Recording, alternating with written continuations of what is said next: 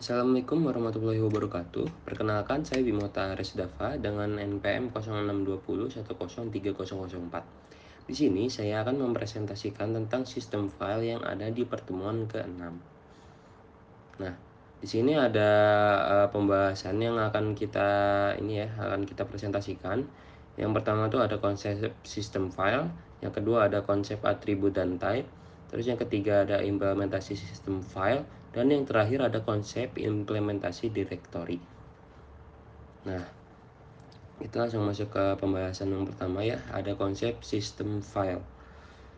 Nah, file merupakan proses atau data yang akan dieksekusi oleh CPU melalui sistem operasi yang mengatur dan mengendalikan file tersebut sehingga sistem file komputer dapat dengan mudah menjalankan file tersebut. Penamaan suatu file bisa bervariasi dari satu sistem ke sistem lainnya. Semua sistem operasi mengizinkan nama file menggunakan string yang terdiri dari 1 sampai 8 karakter. Bahkan seiring dengan berkembangnya sistem operasi, penamaan file bisa lebih dari 8 karakter. Beberapa sistem file membedakan huruf besar dengan huruf kecil. Akan tetapi ada juga yang tidak membedakannya. Beberapa sistem operasi membagi nama file menjadi dua bagian. Dari dua bagian tersebut dibedakan oleh titik. Contohnya, proc.c, artinya nama file yaitu proc dengan eksistensi C. Pada sistem operasi Unix, panjang file ekstensi tergantung pada pemakai. Contoh, proc.c.z. Itu berarti ekstensi Z digunakan untuk menunjukkan file tersebut file kompres. Beberapa kasus file ekstensi hanya digunakan sebagai konvensi sehingga tidak harus ada. Contohnya, file.txt nyalakan file tersebut sebagai text file, dan ini hanya digunakan sebagai informasi kepada pemakai komputer. Tetapi pada si compiler, pemakai harus memakai file ekstensi tersebut dengan bentuk .c. Nah, terus yang kedua, di sini ada konsep atribut dan tipe. Nah, file yang kita gunakan biasanya akan memiliki properti yang disandang oleh file tersebut. Ini akan berkaitan dengan tipe file. File reguler yaitu file yang berisi informasi pemakai yang umumnya ASCII file atau binary file. Sedangkan directory file yaitu file manajemen untuk menjaga struktur dari sistem file. Karakter spesial file yaitu file yang berhubungan dengan input atau output yang digunakan untuk membuat model serial input atau output. Contohnya, terminal, printer, plotter, network, dan sebagainya. Sedangkan blok spesial file yaitu file untuk membuat model pada disk. Nah, pengaksesan pada file dipastikan sangat diperlukan sehingga CPU dapat mengakses suatu file yang akan atau setelah dieksekusi. Ini akan sangat penting dalam pemrosesan atas permintaan suatu file sehingga mekanisme akses bisa dikendalikan dan diatur sedemikian sehingga dapat berjalan dengan baik. Pengaksesan file bisa dilakukan dengan cara yang pertama itu ada sequential access dan random access. Nah, setiap file dipastikan memiliki nama dan data. Inilah yang disebut dengan atribut file. Semua sistem operasi menambahkan setiap file sebagai berikut. Informasi tanggal, besar file, dan lain-lain. Informasi inilah yang disebut dengan atribut file. Pemetaan file biasanya dipetakan dalam memori yang disebut dengan pemetaan file. Beberapa sistem operasi mempunyai cara akses terhadap file melalui mapping file ke dalam address space program yang sedang berjalan pada sistem komputer. Secara konsep dapat dibayangkan adanya dua sistem call yang baru yaitu map dan inmap.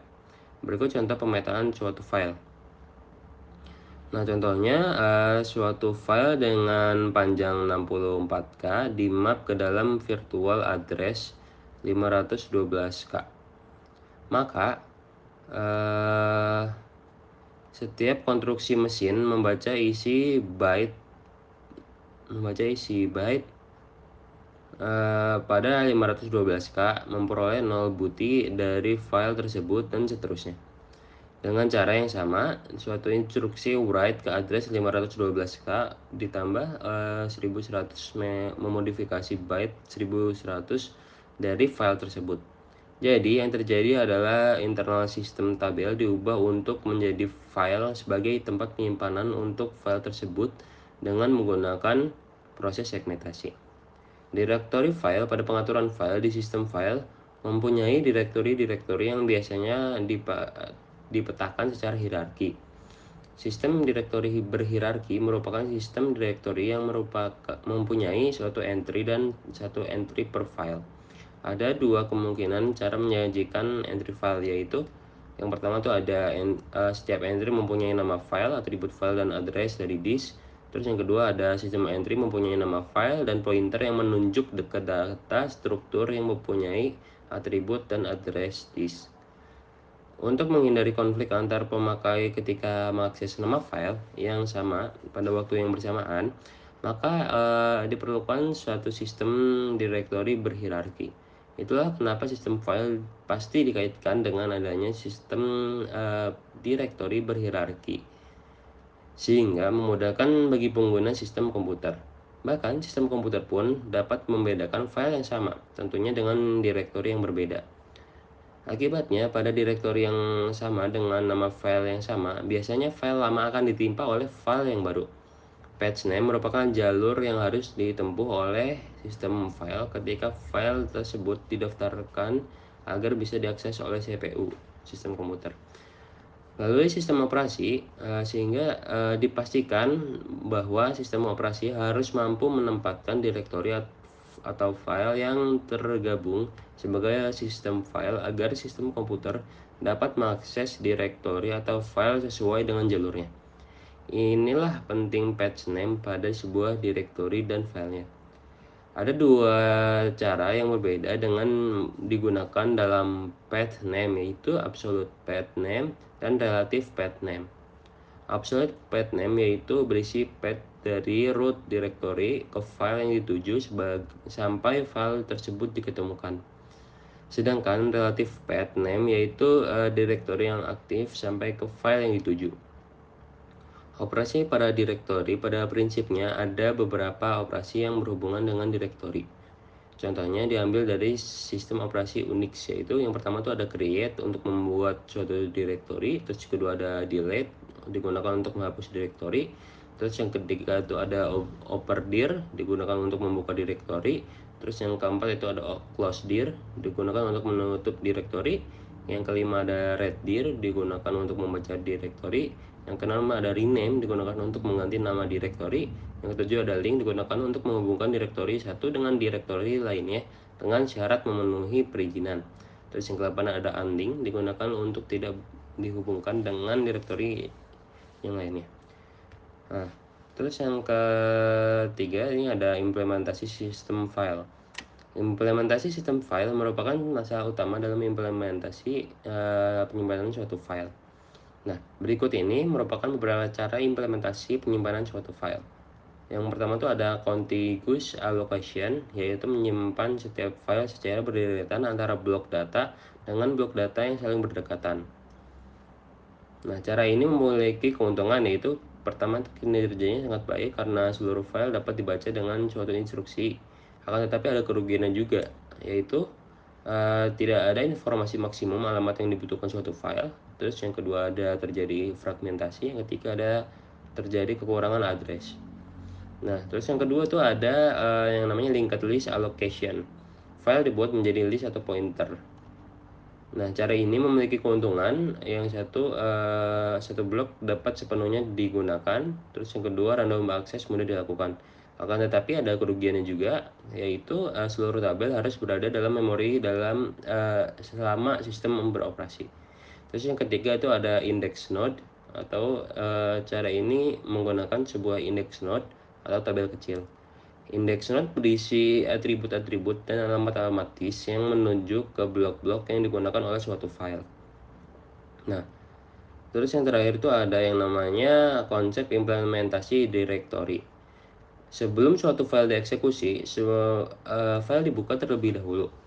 Pada saat suatu file dibuka, sistem operasi yang akan menggunakan path name sebagai acuan untuk mencapai directory entry yang dimasukkan. Directory entry memberikan informasi untuk menemukan blok-blok dalam suatu disk. Directory CP atau M. Sistem CP atau M hanya satu directory. Jadi jika sistem file mencari suatu nama file dengan cara cukup mencari satu-satunya directory yang ada. Jika directory ditemukan, nomor blok dalam disk akan didapatkan karena informasi tersebut disimpan dalam directory entry. Jika suatu file membutuhkan blok-blok yang lebih banyak sehingga tidak dapat memuat dalam satu entry, maka dialokasikan ke directory entry sebagai tambahan. Bentar ya, ini kok nggak ada. Nah, terus ada pengaturan ruang pada disk. File-file yang biasa disimpan dalam disk sehingga manajemen tempat dalam disk adalah masalah terpenting untuk merancang sistem file.